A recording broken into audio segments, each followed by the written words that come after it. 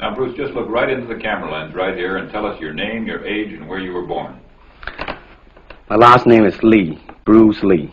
I was born in San Francisco in 1940. I'm 24 right now. And you worked in motion pictures in Hong Kong? Yes, since I was around 6 years old. And when did you leave Hong Kong? 1959, when I was 18. I see. Now look over to me, Bruce, as we talk. I understand you just had a baby boy? Yeah. And you've lost a little sleep over it, have you? 3 nights.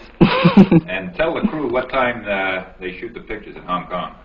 Well, it's mostly in the morning because it's kind of noisy in Hong Kong, you know, around 3 million people there. And so every time when they have picture, it's mostly, say, around 12 a.m. to 5 a.m. in the morning. I see. They'd love that there. And you went to college in the United States? Yes. And what did you study? Philosophy. I see. Now, you told me earlier today that karate and jiu-jitsu are not the most powerful or the best forms of Oriental fighting. What is the most powerful or the best form? Well, it's bad to say the best, but in my opinion, I think Kung Fu is pretty good. Would you tell us a little bit about Kung Fu? Well, Kung Fu is originated in China. It is the ancestor of karate and jiu-jitsu. It's more of a complete system, and it's more fluid. By that I mean it's more flowing. There is continuity in movement instead of one movement, two movement, and then stop. Would you look right into the camera lens and explain the principle of the glass of water as it applies to Kung Fu? Well, Kung Fu, the best example would be a glass of water. Why? Because water is the softest substance in the world, but yet it can penetrate the hardest rock or anything, granite, you name it. Water also is insubstantial. By that I mean you cannot grasp hold of it. You cannot punch it and hurt it. So every Kung Fu man is trying to do that, to be soft like water and flexible and adapt itself to the opponent. I see. What's the difference between a Kung Fu punch and a karate punch? Well, a karate punch is like an iron bar, whang. A Kung Fu punch is like an iron chain with an iron ball attached to the end, and it go whang, and it hurt inside. Okay.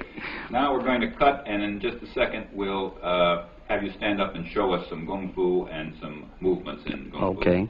Cut. Got it. Okay. Test X2, take 1. Speed.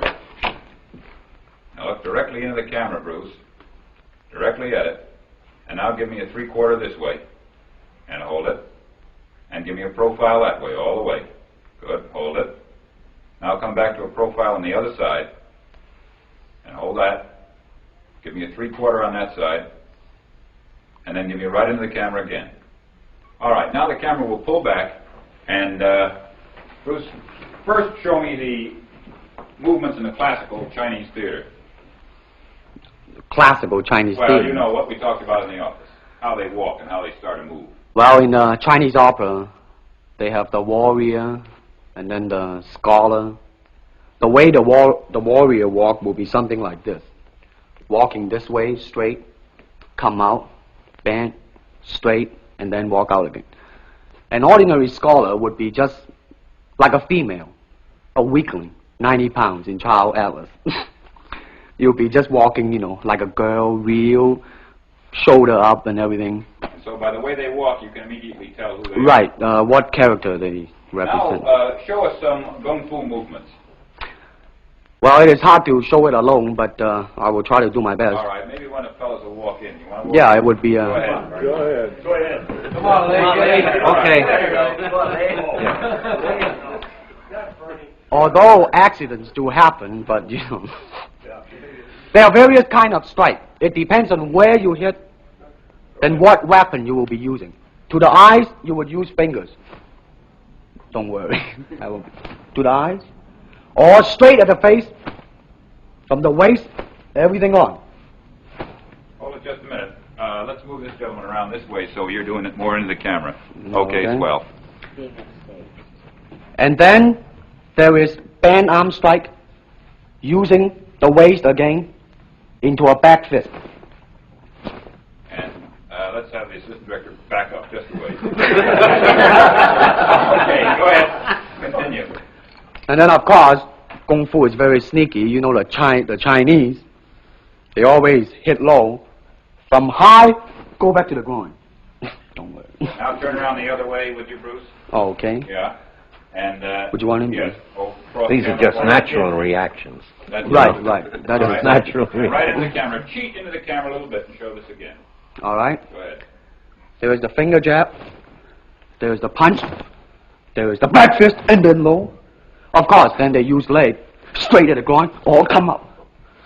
Or, if I can back up a little bit, they start back from here and then come back. All right. It's kind of worried. He has nothing to worry about. Now, No. once again, show us how a good Kung Fu man would very coolly handle it and walk away, rather than get involved in a series of actions. Cut it. Sound. Okay.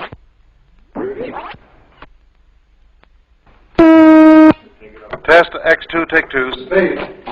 Now, Bruce, so that we can clearly see what you're doing this time, we'll face the fact that there's nobody there. Show me now the difference between jiu-jitsu, which is long and involved, and Kung Fu, which is very quick if you have an opponent.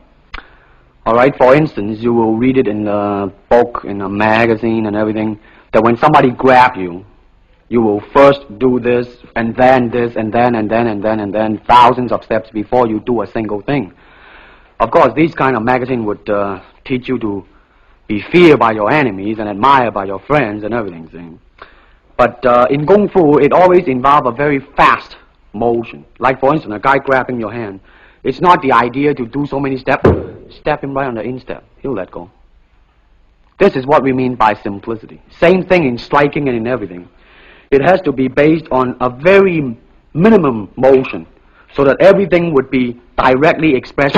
One motion, and he's gone. Doing it gracefully, not to go, yelling and jumping all over him, but to do it. Excuse me. Listen. Okay, now show me once again just a few movements there. Well, Kung Fu can be practiced alone or with a partner. Practicing alone, they involve forms. Some imitate a crane, a monkey, a praying mantis. This is a crane form. Start off.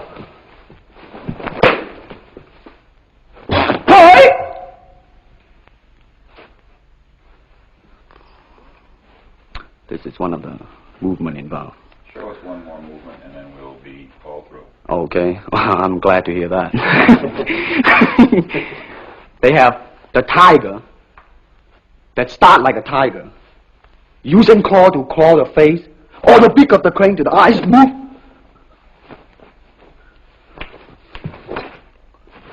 This is some of the movement involved. Thank you very much. Thank you very much.